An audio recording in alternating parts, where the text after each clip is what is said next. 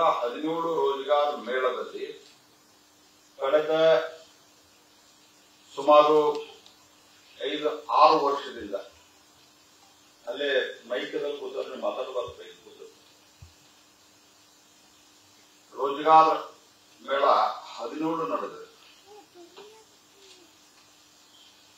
ಕನಿಷ್ಠತನ ಈ ಹಿಂದೆ 70,000, 1 ಲಕ್ಷ ಈ ರೀತಿ ನೇಮಕಾತಿ ಪತ್ರಗಳನ್ನ ನಾವು ಮೊದಲು ಕೊಟ್ಟಿದ್ದೇವೆ.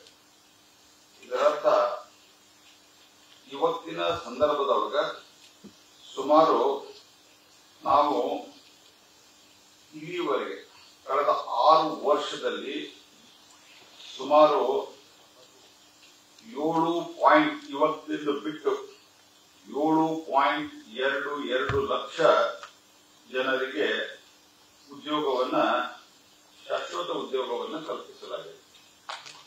ಹಾಗಾಗಿ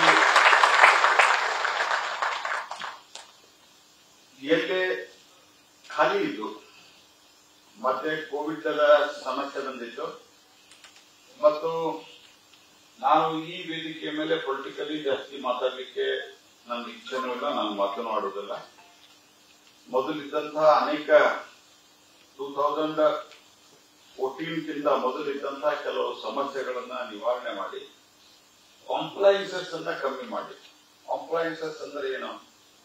ಮೊದಲು ನಿಮ್ಗ ಪ್ರತಿಯೊಂದು ಡಿಪಾರ್ಟ್ಮೆಂಟ್ಗೆ ಉದ್ಯೋಗಕ್ಕೆ ಅರ್ಜಿ ಹಾಕ್ಬೇಕಂದ್ರೆ ಪ್ರತ್ಯೇಕವಾಗಿ ಉದ್ಯೋಗಕ್ಕೆ ಅರ್ಜಿ ಹಾಕ್ಬೇಕಾಗ್ತಾ ಇತ್ತು.